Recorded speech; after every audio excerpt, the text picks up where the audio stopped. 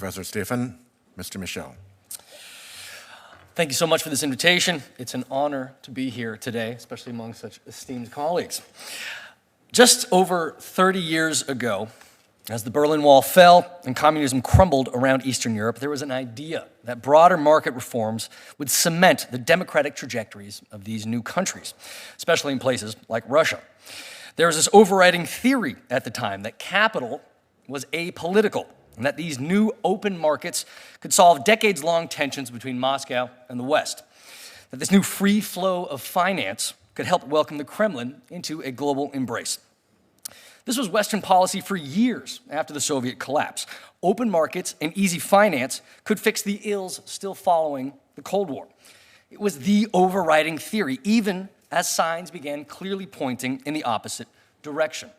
Even as the Kremlin transformed from nascent democracy into full-throated dictatorship.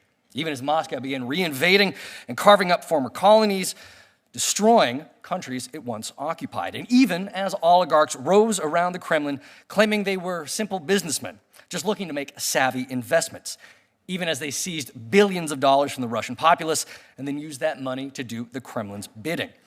For years, instead of recognizing the Kremlin for the kind of malign imperialist regime that it's long been, you heard voices across the West claiming that Putin's regime was simply misunderstood and that the oligarchs surrounding Putin were just simple businessmen that we should welcome with open arms, claiming that we had to continue providing financial services for the Kremlin and for all of the oligarchs operating billions on behalf of the Russian dictator, all in order to transform Russia into some kind of eventual democracy. Throughout all of this, the idea remained the same, that capital could fix this and that opening the doors to Russian officials and Russian oligarchs was the best way to repair that relationship. It was a nice thought, but it was also a fantasy. Instead of finance opening the doors to the Russian populace and having Western values flood into places like Russia, corruption and illicit finance began flooding the other way, began flooding into the West. Instead of Russian oligarchs becoming pro-Western businessmen, they instead opened the doors for all kinds of Kremlin influence and Kremlin interference, all while these oligarchs continued to protect Putin's wealth and continued to act as Putin's wallets.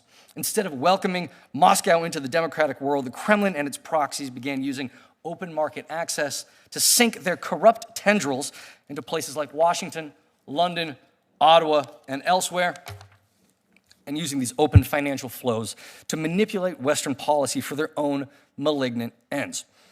Instead of Russia becoming more like us, we instead began showing signs of becoming more like them. And we've seen the results, most spectacularly today in places like Ukraine, where tens and potentially hundreds of thousands of corpses now lay scattered around the country, where the links between national security and unchecked kleptocracy could not be clearer, where both the post-Cold War order and the idea that capital is somehow apolitical now lie in ruins. Now, we don't have all day to list all the examples of Western institutions and industries targeted by the money linked to the Kremlin and its oligarchs, ranging from real estate and luxury goods to private equity and hedge funds. But we can use today's hearing to finally bury the idea, the fallacy, that capital is somehow apolitical or that the oligarchs and billionaires surrounding the Kremlin and similar regimes elsewhere are somehow simple businessmen or simply figures looking to make apolitical investments. Because if there's one thing the Kremlin's aggression has made clear, is that there is no such thing as a pro-Western oligarch. Every one of these figures is a foot soldier for a mafia state, reliant on doing the bidding of these regimes in order to retain their wealth. These oligarchs are all parasites, looking to suck industries dry while opening doors to regimes like the Kremlin and acting as effective wallets to help bankroll Russia's aggression and threaten American national security in the process. And we can use today's hearing to highlight one potential solution: seizing the assets we know are already linked to these oligarchs and using the proceeds from the sales of those assets to fund Ukraine's resistance. There's plenty of understandable hesitation to this move, not least as it pertains to concerns about property rights.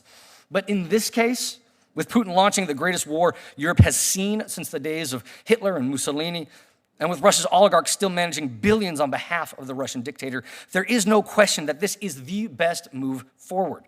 Not only will this help bankroll the brave Ukrainians fighting for their homeland, but it will help offset billions of dollars that this war has already cost. It will use these ill-gotten gains linked to the oligarchs working directly on Putin's behalf against the Kremlin itself. And it will illustrate that the U.S. finally understands the reality that there is no going back to the status quo ante, that we recognize these oligarchs for who they are, and that we see the Kremlin for what it is. Because if we fail in this effort, these threats won't end in Ukraine, and they won't end with Russia. All of America's adversaries are watching how we act and how we react to Russia's imperialism. And if they see we can be bought off once more, that we're happy to keep the doors of malign finance open, funding the worst regimes on this planet, then Ukraine won't be the example of where the tide turned. Instead, it will be the example of what's in store for the rest of us. Thanks, Mr. Michel. Mr. Smith, I'd like to ask